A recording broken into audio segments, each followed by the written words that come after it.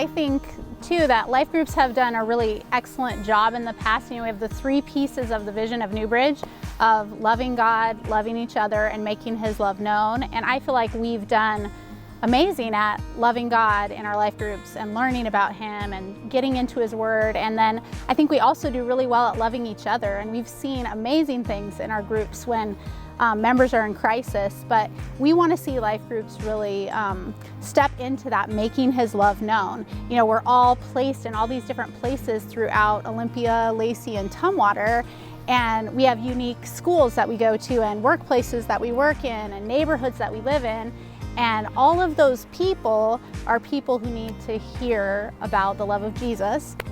And as life groups, we have the opportunity to step into those places and be His ambassadors. I think the church did a really good job of modeling that to us at Christmas time when we took that year-end giving and just poured it back out into the community.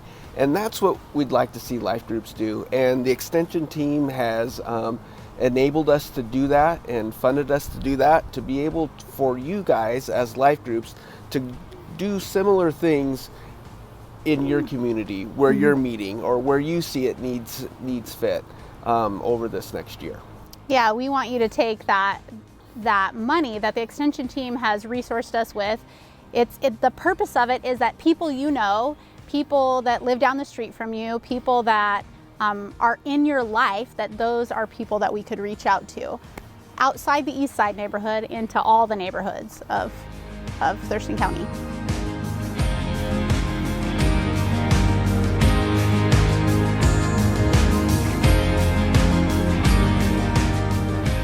Hey, I am here at Flat 4 Automotive, just down the road from Newbridge, here with Nick, the owner, and Jules, his buddy. And we've been partnering with Nick since Christmas time, sending people in our neighborhood who've had car problems that they can't afford. And Nick has been generous enough to give a discount and help people in need in our neighborhood.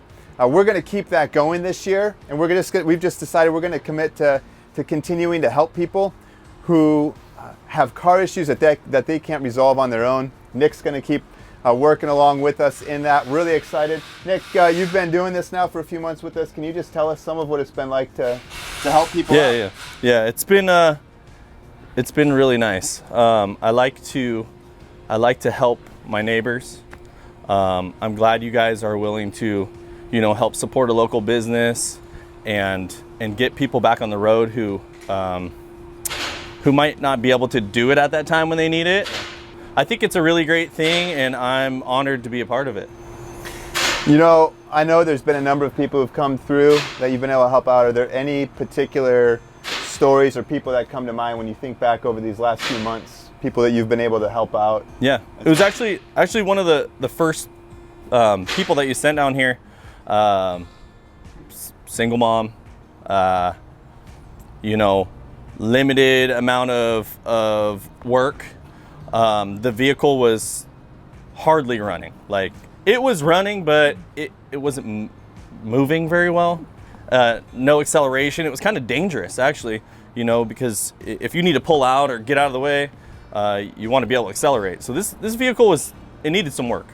Like I said, single mom. The child had a little bit of medical issues, and so she had to be present. It was hard for her to go, to work and everything like that, and it really felt good. I mean, I gave her rides and to and from. We had the vehicle for a bit of time, so it was nice to be able to go over it thoroughly and make sure it was safe.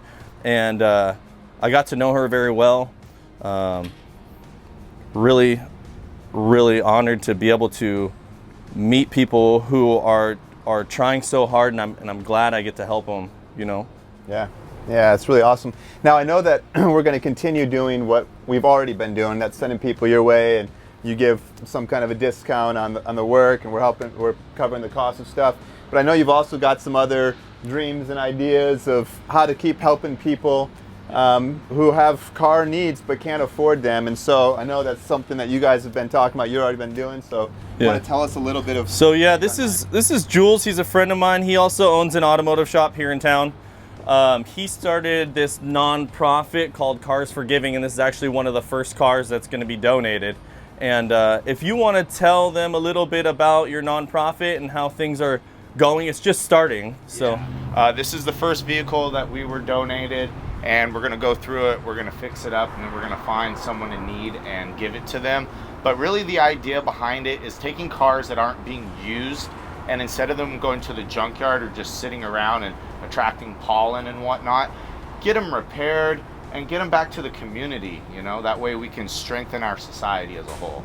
Yeah, and so this might be a way where at times the church might be able to say, we'll help with providing some of the money that's needed towards repairs. You guys are providing the labor. Somebody else provides a car. I mean, there's all different ways for people to jump in and be a part of helping. So, love what you guys are doing and your heart for the community, and we're really honored and happy to be working with you guys. And agree, we want to see people who are in need get the help that they can to get on their feet. So, thanks, guys. Awesome. Thank you. Yeah.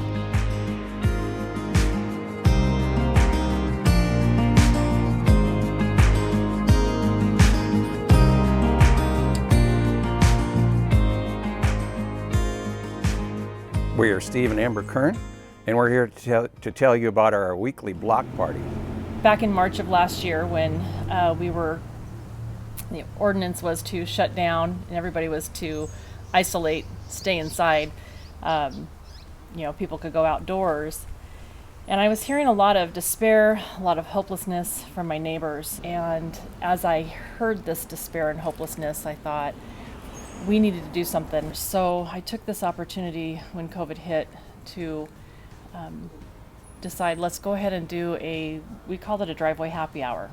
Started that last May, and Yes. we have been going fairly strong since then. Every Friday night we do a 4:30 to 6, so it doesn't intrude in dinner time. And it allows us the opportunity to really hear the hearts one-on-one in small groups, listening for how we can help. Well, we had a broken relationship in our neighborhood repaired. I mean, they were best buds. We've had a chance to help people with different projects, and they've helped us, and so that, and just to develop those relationships and get to know the people better. And so not only do we have this weekly event, but we have interaction all week long, so we keep in contact, so we do build relationships and a chance to share. We are called to be on mission, and going back to when Governor Inslee locked us down, what we realized was our mission field is right outside our front door.